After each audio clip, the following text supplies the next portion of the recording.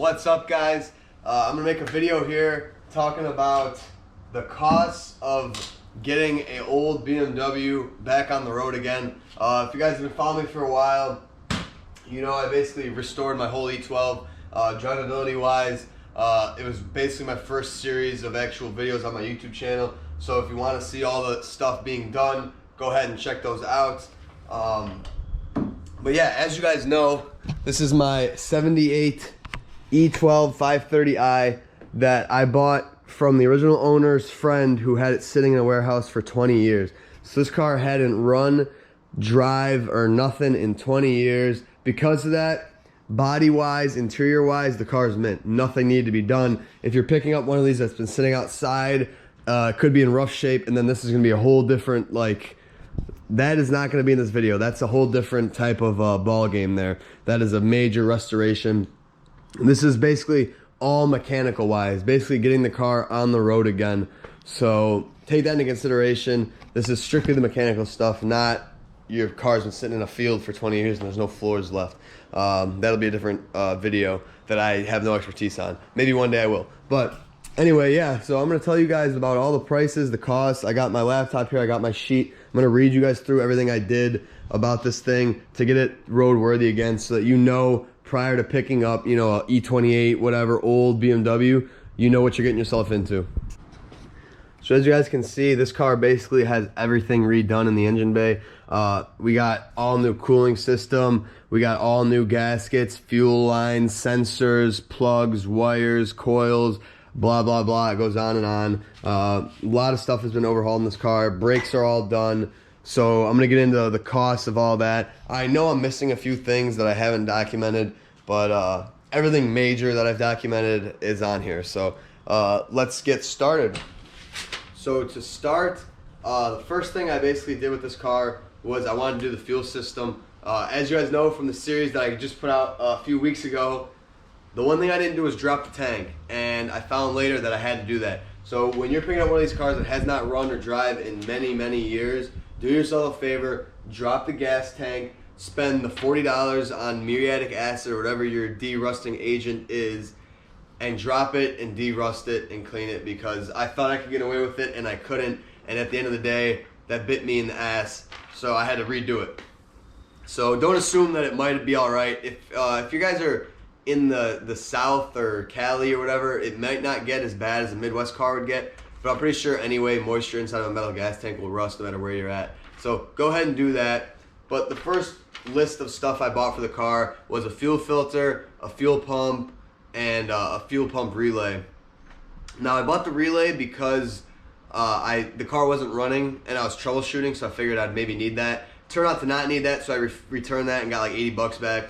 But so the cost of all that other stuff was about 126 bucks. That's basically just a pump and a filter. The filter is like $8. 126 bucks for fuel stuff.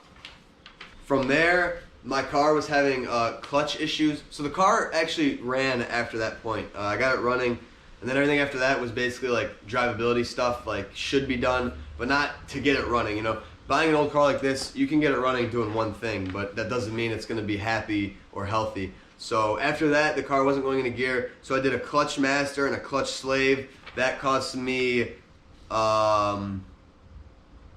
60 bucks. I guess that seems a little low. I didn't buy like the OEM, I bought like the cheaper stuff, but they work fine. 60 bucks there to get your clutch hydraulics in order. From there, I went a little crazy and I bought a bunch of stuff. I did a coolant temp sensor, engine cooling fan switch, which I didn't actually use. I did a thermostat, a water pump, all the associated gaskets. I bought a new fan. I bought a caliper rebuild kit, air filter, exhaust hangers, and that ran me about 168 bucks. So then I went into the brake system of the car, and the brake system of this car was a little different than what most people would face. I rebuilt all 4 calipers. It's a pretty cheap job. That's like $30 a pop for a rebuild kit, not bad. But I screwed up my front 2 calipers, as you guys know if you watched the video. So I ended up having to buy used ones off a guy. Luckily, it was only 160 bucks because these calipers brand new are like 500 a piece, I think. E12 calipers are really expensive because they're quad piston. So I got lucky there and had to only spend 160 bucks for new calipers. But then from there, I did all the rebuilds, And then I did stainless steel brake lines, which were $100 from Ireland. Top of that, then I did another order of all gaskets. So I did all the intake manifold gaskets, fuel injector gaskets, O-rings. All that was $82. From there, I redid all my fuel lines. I paid about $50 at O'Reilly's in fuel line. I don't remember how many feet, like around 10, 12, I think. 10 feet of fuel line. Injectors, I cleaned them all and then broke 2 and had to replace 2. The 2 I replaced, I think, were only like $30 each after you get back your core charge. So like $60 in injectors, but otherwise Zach cleans them for me, so that was free. You guys might have a different situation where you do have to pay someone to clean them or buy all of them, which might get a little more expensive. And then I went ahead and did the thermal reactor delete. That really wouldn't apply to any other BMWs that aren't an E12 or I think maybe an early model E24. So realistically, I don't have to really mention this, but I had to pay $600 in total for all that because I had to get my custom exhaust made. Not really custom exhaust made. I had to get the existing exhaust to mate to the new stuff, and that was about $600 in labor. I got the manifolds for free from a buddy, and then I had to pay $100 for the downpipes. So it's actually $500 for the exhaust, $100 for the downpipes. So $600 to get the exhaust all in order, and then that means all new exhaust nuts, studs. I bought an oil pressure switch and then a valve cover gasket, and that cost me $34. So that's pretty cheap stuff.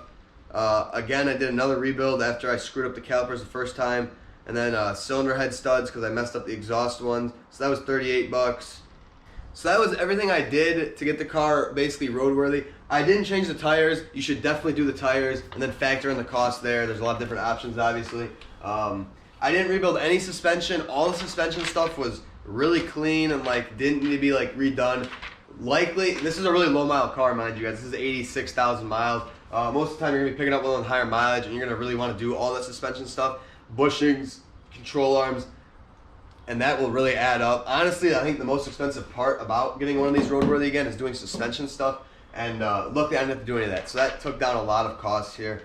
But then aside from that, after getting the car back on the road, oh, and on the E12, I was able to actually keep my stock radiator and just flush it out. It was good. It didn't need to be re-cored or anything. The radiators for this car, I think, are like $600. Again, you know, not many of you are probably doing E12s, but if you are, radiators are very expensive. You can do an E28 upgrade, and those are like 100-ish bucks, I think. But I refinished the valve cover and all the metal engine parts, and that was like $14 in spray, like caliper paint and engine enamel.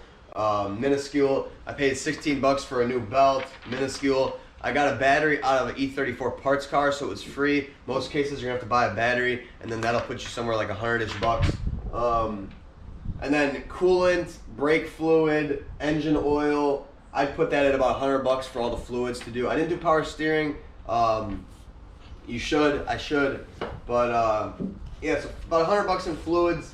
And then from there, the car ran pretty good, but I wanted to fix up a few things. So then I went back in and made another big order. So I bought spark plug wires, I bought a diff mount, I bought an ignition coil, and a cap. All that was $280.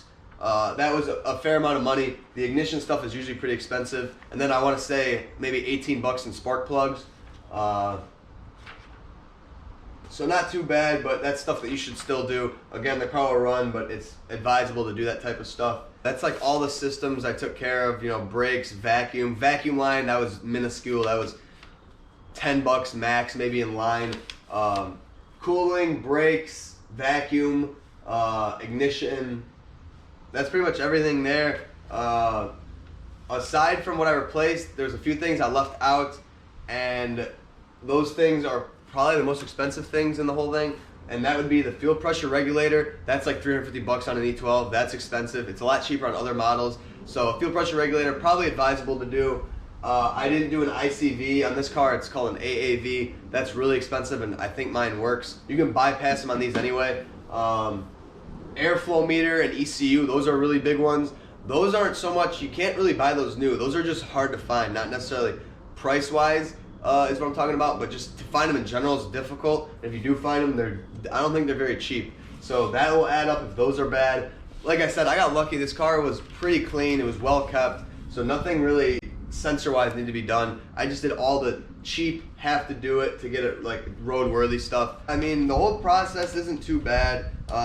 Restoring, everyone says BMW parts are expensive. Yes, they are expensive. Go on FCP Euro, spend the money and get your car right, and then you'll have the lifetime warranty. I mean, this stuff isn't that crazy. I mean, you're looking at, you know, some things are a little outrageous, like FPRs and sending units and stuff. That's like that old E12 tax.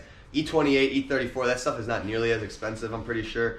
But looking through all this stuff, that's about it for costs. This video feels short. I hope it was well structured. It's kind of easy to ramble. So anyway, I did the calculations for the costs, and that puts me at, adding everything up, a rough estimate. Like I said, I kind of forgot some stuff and some of my prices might be a little off, but it puts me at $1,850 to get this car from sitting for 20 years to fully roadworthy, like runs great, drives great. You know, maybe could use some suspension overhaul. Again, that's pending, or that's kind of up to how much stuff you want to do. You could drive a car with bad bushings and bad control arms and bad suspension. It will just make it less enjoyable, but it still drives. But anyway, me, to get this car and all the series you guys watched, so all the videos that featured everything I did to this car, that was all about $1,835, probably closer to $1,900 worth of money to get it here. So really, that's not that bad if you think about it. Again, non-M, if this was an M car that hadn't said like an E30 M3, E28 M5, you're looking at a lot of money to get that thing 100%. But these M30s are damn durable motors. I didn't have to do any internal engine work, timing chains, nothing was messed up. And that will save you a ton of money in the long run. That's really where it gets expensive, and a lot of the weird sensors get expensive. But the bare bones, you know, fuel lines, brake lines, all that stuff, it's not that much. $1,800 is pretty fair to get an old BMW on the road.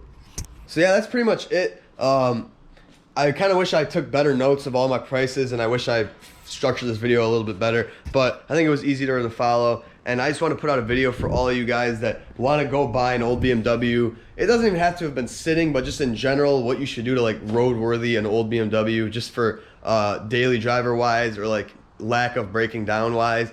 I just want to put together a video of all that stuff I did so that you guys know what I did, what's necessary, and what the costs are. So if you're buying an old BMW, give yourself about $2K on top of what you're buying it for. If you're saving up, save up above $2K what the car's gonna be worth, because you should always factor that into what you might need. But again, things could go wrong and that could turn into $5, or things might go easier and that'll turn into lower. But in terms of going easier, I mean, really, I did the bare, like, man, I didn't do like the stuff that didn't need to be done. So really, what I said, there's not much that you could really have not done.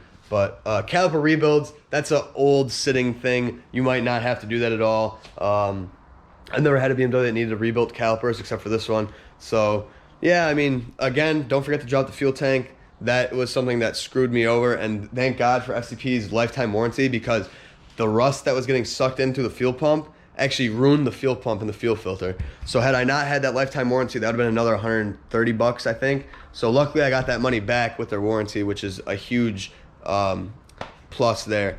But yeah, hopefully this video helps you guys. Hopefully it motivates you, or at least educates you about bringing an old BMW back to life. It's fun, it's easy. Well, easy, I don't know about easy, but I mean, it's not a bad job. If you got my YouTube videos for the E12, that should take care of anyone buying an E12. I'm hoping that those videos will last for anyone that picks up an E12 and will go on for years and years. I know they're getting hard to find, but yeah, anyway, thank you guys for watching. Hope you enjoyed. Leave a thumbs up if it helped, or if this information was useful to you. Thank you guys very much. Have a good one.